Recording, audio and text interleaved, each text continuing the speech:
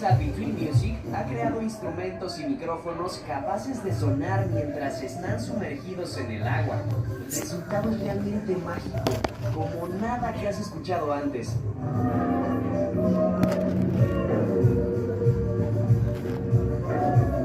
Si quieres ver el video completo, te lo dejamos en la descripción.